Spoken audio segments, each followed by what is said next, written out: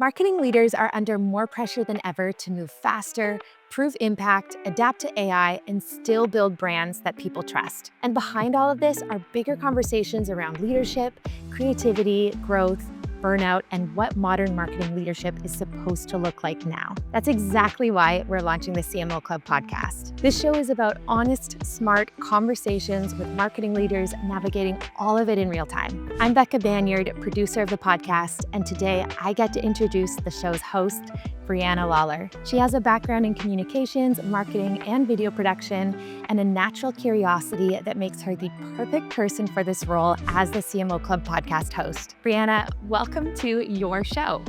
Yay! Thank you so much, Becca, for that lovely introduction.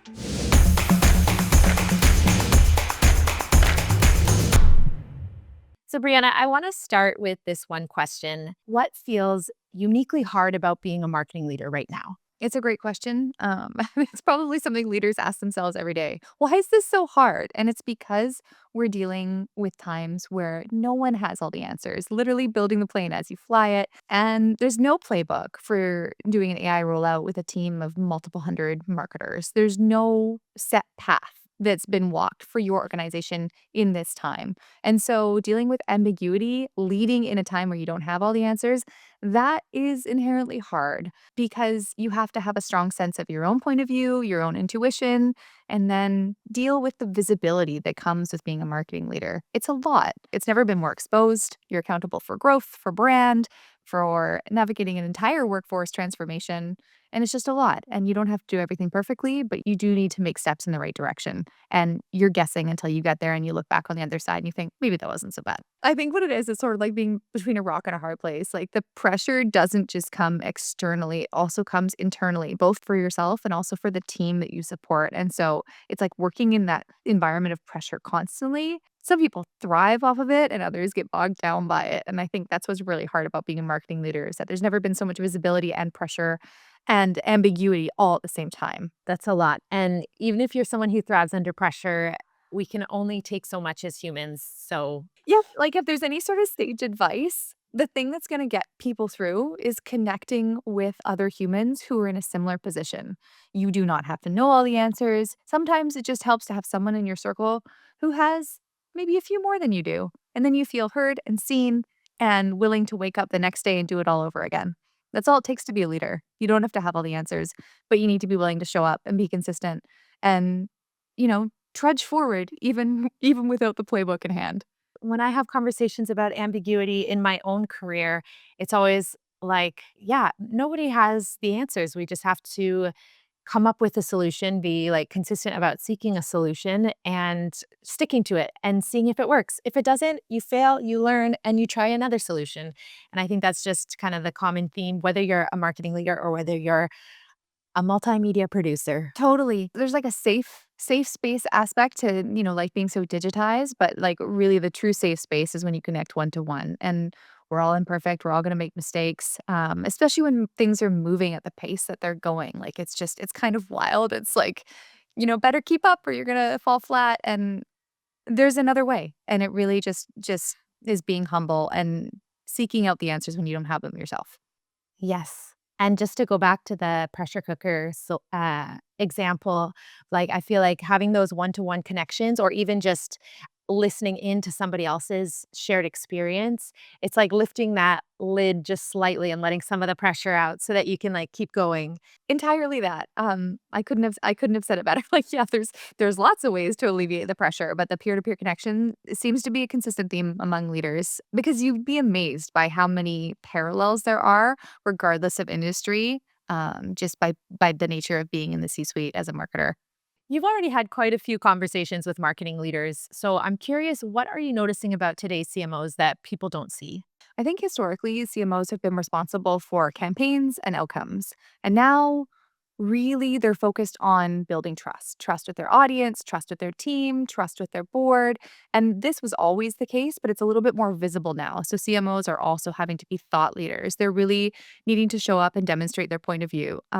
There's a lot of pressure on CMOs. They need to be responsible for handling what the vision looks like and then executing on that. So it's just a lot of pressure. Some people handle it better than others, but I think the ones that are doing that well are quite humble, they're asking the right questions, and they're not pretending they have all the answers. There's this tension evident in every aspect of a CMO role, and there's a good reason for it, but sometimes it serves and sometimes it doesn't. So it's nice to figure out like when we should aggravate that tension and when we should release it.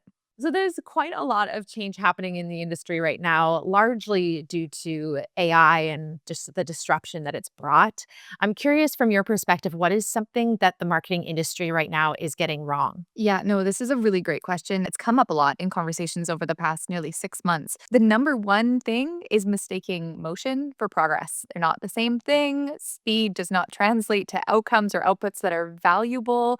And honestly, a little bit of FOMO doesn't always serve you well. So, really, I think I would lean into that. Like the biggest mistake or the narrative that's maybe gotten too much attention is to move fast, regardless of everything else. But motion is great. You just need to make sure you're moving in the right direction. I love that response. I've heard somebody say often people with AI, they're just accelerating bad processes. And so you actually need to fix the process with AI and make it more efficient. This theme has come up so much. I think almost everyone I've spoken to have talked about how you probably heard this. AI is an amplifier. It amplifies good, amplifies bad. It's like putting a microscope on your ways of working, on your processes, on your workflows. So, I mean, you better be prepared for fluorescent lights and a microscope if you're going to roll this out. Yes, it can speed things up. Is it going to speed things up in the right direction? Remains to be seen. And I think that's where going back to what you're saying about trust, that piece is so important Oh, because your team needs to be able to trust you so that they can follow you into this wild, wild west of yeah. AI. Completely, because this is uncharted territory. I'm sure we're all exhausted by that. But the fact is, you can only go into an area that you're not familiar with if you have someone who you trust as a guide. And that really is the role that marketing leaders play. You're a guide. You're guessing. Maybe you've got some intuition, you might have some data, but ultimately trust is bought through experience, and that's what you need to lead with. 100%. And that actually leads beautifully into my next question. What kind of leaders do marketers need to become in this era of AI and constant change? I love this question because I think it's really important and it probably trickles into other areas of life too. It's important to have a strong point of view, but it's also important to not be married to it all the time. If you're presented with new information, maybe you change your mind. And as the saying goes, like if you hang on to something too tightly, it may break. Same thing applies here for marketers because a marketing leader has a position that is so visible.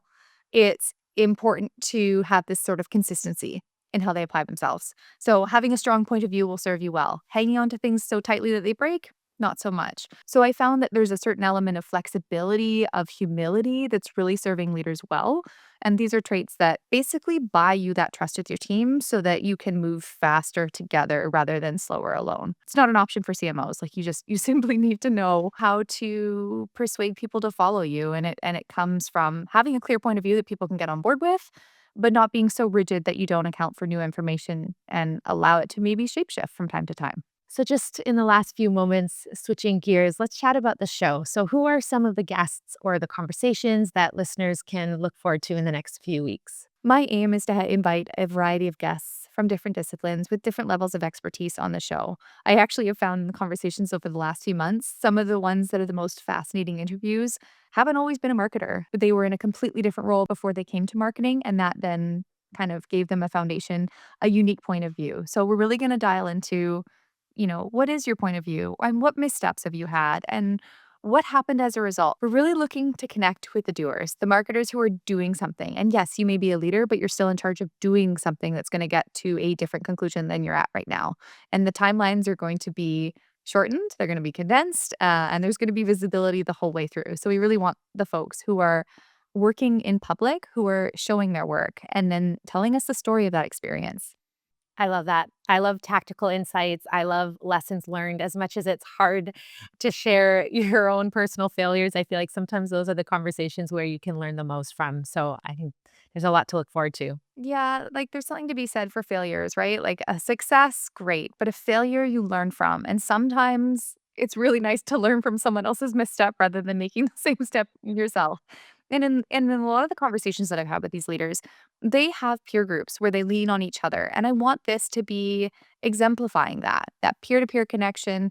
We're giving someone a platform to share their expertise with a huge network of people who are just trying to move a few steps forward from where they are now. So, Breanna, for the listeners, if somebody is to tune in consistently for the next few months, for the next year, what is one or two things that you hope change for them? This is a time right now where there's so much information, you can totally get bogged down by information overload. And so, what I hope people get is from the specifics of these episodes, from the specific stories that are shared by leaders, they come away with one, two, three, maybe a few different ideas of new approaches to old problems, and they arrive at different results. There is one other thing that I wanted to add because I think marketers right now are under a lot of pressure to deliver in the role, to navigate AI, to figure out that balancing act.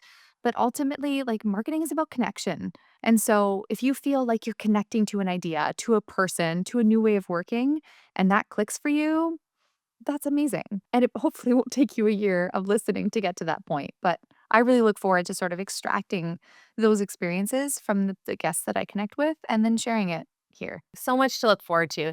And Breanna, I'm just so excited to be on this podcast journey with you. It has only been a few weeks so far, but it has already been so much fun. And so I'm really thrilled to be doing this together. So, with that, I'm going to pass the reins over to you. You are the official host now of the show. It won't be me in this seat anymore. So, why don't you take the reins, take over the mic, and close us out? Sure, absolutely. So I really look forward to connecting with you, the listener. I hope that you gain some wonderful insights from the people that we connect with. And be sure to follow along wherever you get your podcasts because there's going to be some conversations you will not want to miss. Thanks for being here with me.